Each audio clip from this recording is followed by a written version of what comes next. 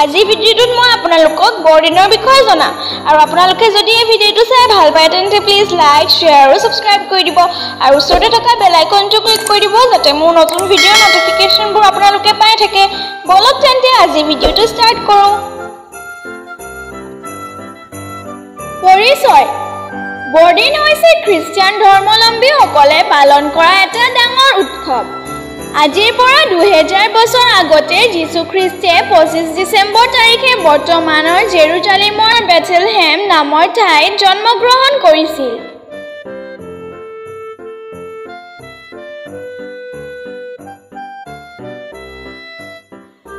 যীশু খ্ৰীষ্টৰ জন্মদিনটোৰ স্মৰণত খ্ৰীষ্টিয়ানসকলে প্ৰতি বছৰে 25 ডিসেম্বৰ দিনটোত বৰদিন হিচাপে পালন কৰে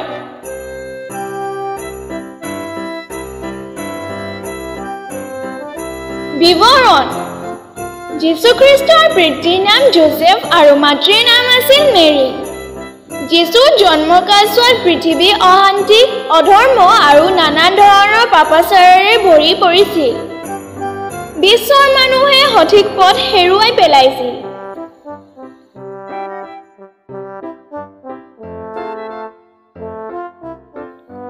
তেনে দুৰ্যোগপূৰ্ণ সময়ত যীশু খ্ৰীষ্টে জন্ম লাভ কৰি মানৱৰ মুক্তিৰ পথ দেখুৱাইছিল তেওঁ মানুহক প্ৰেম দয়া ভাতৃত্ববোধ ক্ষমা পৰোপকাৰ আদি মহান আদৰ্শৰ কথা প্ৰচাৰ কৰিছিল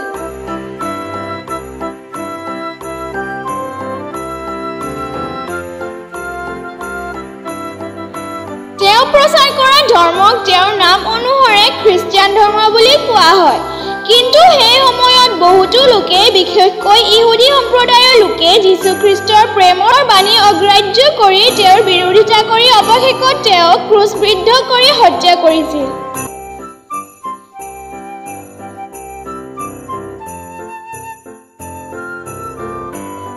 তাৎপৰ্য বৰদিনৰ দিনা খ্ৰীষ্টিয়ানসকলে ৰাতিপুৱা প্ৰাৰ্থনা আৰু যীশুৰ গুণ কীৰ্তন গায় সকলোৱে মিলি জুলি ভোজ ভাত খায় সৰুৱে ডাঙৰক সেৱা কৰে আৰু ডাঙৰে সৰুক আশীৰ্বাদ দিয়ে সন্ধিয়া ঘৰত প্ৰদীপ জ্বলায়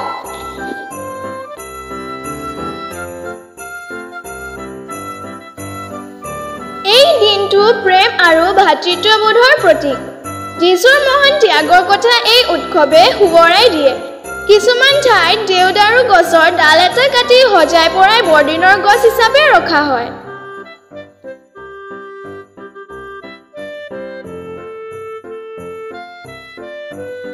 ইয়াৰ লগতে বিভিন্ন সাংস্কৃতিক অনুষ্ঠানৰ আয়োজন কৰা হয়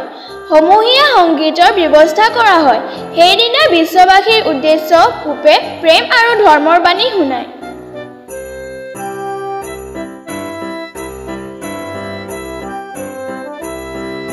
সামৰণি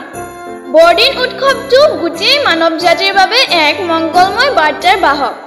ইয়ে মানুহক সৎ আৰু ঈশ্বৰপৰায়ণ হ'বলৈ শিক্ষা দিয়ে পৃথিৱীত শান্তি স্থাপন আৰু সমভাৱ প্ৰকাশ কৰাই এই উৎসৱৰ প্ৰধান কথা